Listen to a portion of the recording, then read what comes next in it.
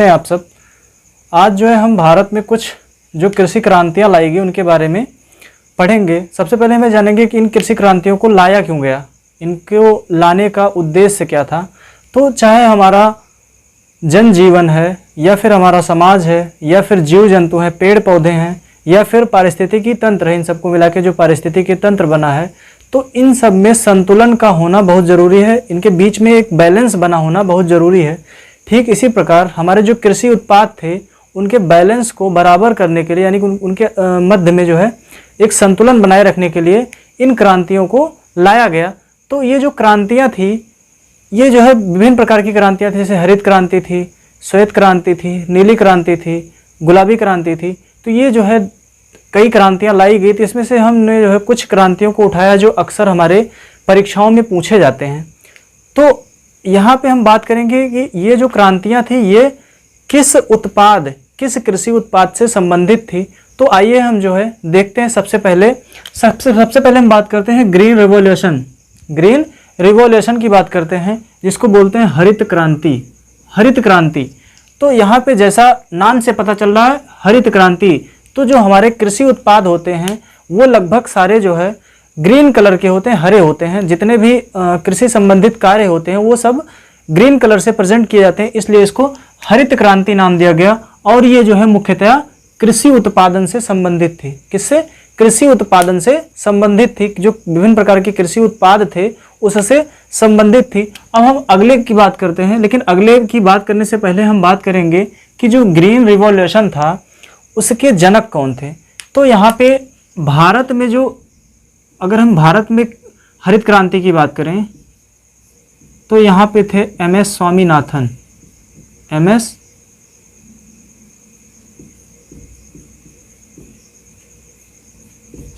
और अगर हम विश्व में बात करें कि विश्व में हरित क्रांति के जनक कौन थे, तो ये थे नॉर्मन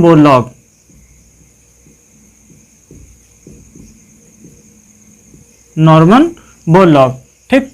अब फिर अगला हम बात करते हैं ब्लू रिवॉल्यूशन, जिसको बोलते हैं नीली क्रांति। क्या बोलते हैं? नीली क्रांति। तो जैसा कि आप सब जानते हैं कि जो मछली की आंख होती है वो नीली कलर की होती है, या फिर जो पानी होता है वो नीले कलर का होता है, इसीलिए अंतरिक्ष से देखने पे पृथ्वी नीले कलर की दिखाई देती है। तो यहाँ पे जो ब्लू रिवॉल्यूशन था, नीली क्रांति थी, ये जो है मत्स्य उत्पादन से संबंधित थी। इसमें जो है मछली के उत्पादन को बढ़ावा दिया गया। अगर हम इसके जनक की बात करें तो इसके जो जनक थे ये थे अरुण कृष्णन।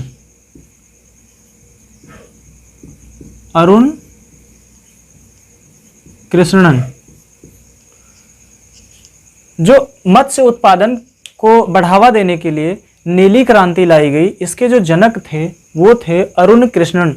अब हम अगली बात करते हैं। अगला है पिंक रिवॉल्यूशन, जिसको बोलते हैं गुलाबी क्रांति। क्या बोलते हैं? गुलाबी क्रांति। तो जो गुलाबी क्रांति थी ये जो है मुख्यतया प्याज उत्पादन और झींगा मछली के उत्पादन पे बढ़ावा देने के लिए लाई गई। और इसके जो जनक थे, इसके जनक का नाम था दुर्गेश पटेल।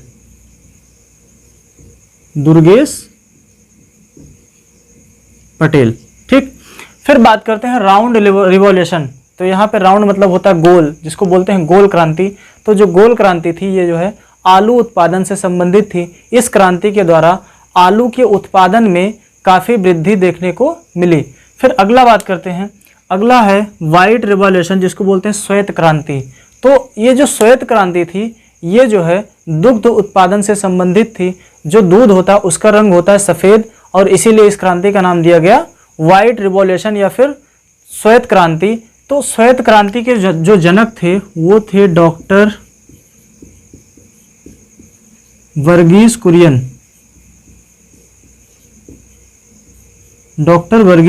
कुरियन। अब फिर हम बात करते हैं सिल्वर रिवॉल्यूशन। सिल्वर मीन्स होता है चांदी, और चांदी को ही हम बोलते हैं रजत। चांदी का पर्यायवाची शब्द होता है रजत, और सिल्वर रिवॉल्यूशन को बोला गया रजत क्रांति। तो यहाँ पे जो अंडा होता है, अंडे का कलर जो होता है हल्का हल्का, वो चांदी से मैच करता है, और यहाँ पे इसीलिए इसको कहा गया रजत क्रांति, सिल्वर रिवॉल्यूशन। और इसको जो है इस क्रांति के द्वारा अंडा उत्पादन में वृद्धि देखी गई।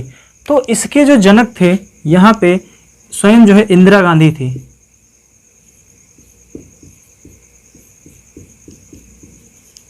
इंदिरा गांधी। ठीक, अब हम बात करते हैं गोल्डन रिवॉल्यूशन। गोल्डन रिवॉल्यूशन,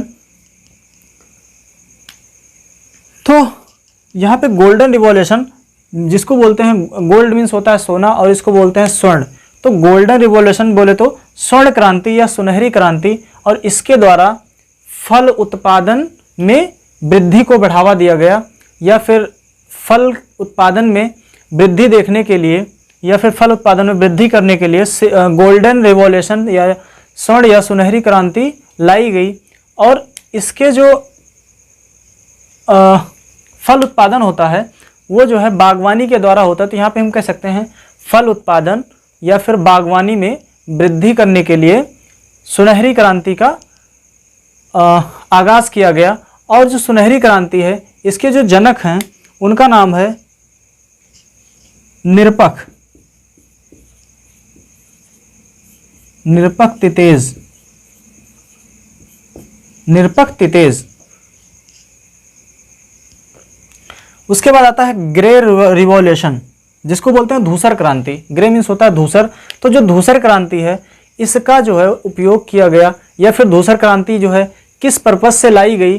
तो जो धूसर क्रांति थी ये जो हमारे कृषि के क्षेत्र में जो उर्वरक हैं, जो जिसको बोलते हैं फर्टिलाइजर, एक समय था जब हमारे जो भारतीय किसान हैं ये उर्वरक का प्रयोग कम से कम करते थे।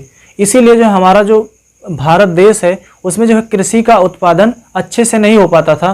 तो कृषि में जो है उर्वरक का उपयोग ज़्यादा करने के लिए, यानी कि जो फर्टिलाइजर्स है इनका जो है कंजम्पशन ज़्यादा से ज़्यादा हो, इसलिए धूसर क्रांति लाई गई और इसमें जो है उर्वरक के कंज्यूम पर ज़्यादा फोकस किया गया। फिर हम लास्ट बात करते हैं रेनबो रिवॉल्यूशन, जिसको बोलते हैं इंद्रधनुष क्रांति। रेनबो रिवॉल्यूशन जिसको बोलते हैं इंद्रधनुष क्रांति। तो आप जानते हैं कि इंद्रधनुष में ढेर सारे रंग होते हैं। तो जो इंद्रधनुष क्रांति थी ये जो है कृषि से संबंधित समस्त उत्पाद, कृषि से संबंधित लगभग जितने उत्पाद थे सबकी वृद्धि पर जोर दिया गया। यहाँ पे इंद्रधनुष जो क्रांति थी इसके द्वारा कृषि संबंधित जो जितने लगभग उत्पाद थे उनके उत्पादन में वृद्धि पर जोर दिया गया। तो एक बार हम जो है फिर से रिवाइज कर लेते हैं। ग्रीन रिवॉल्यूशन कृषि उत्पादन, ग्रीन रिवॉल्यूशन यानी कि हरित क्रांति कृषि उत्पादन, नीली क्रांति मछली उत्पादन या मत्स्य उत्पादन, गुलाबी क्रांति तो यहाँ पे प्याज और झींगा मछली उत्पादन, इसको हम लिख लेते हैं प्याज और झींगा मछली उत्पादन। फिर हम गोल क्रांति की बात करते हैं। तो गोल क्रांति जो थी आलू उत्पादन, फिर श्वेत क्रांति दुग्ध उत्पादन जिसके जनक थे डॉक्टर वर्गीस कुरियन, और इसी को आगे चल के बोला गया फ्लड ऑपरेशन।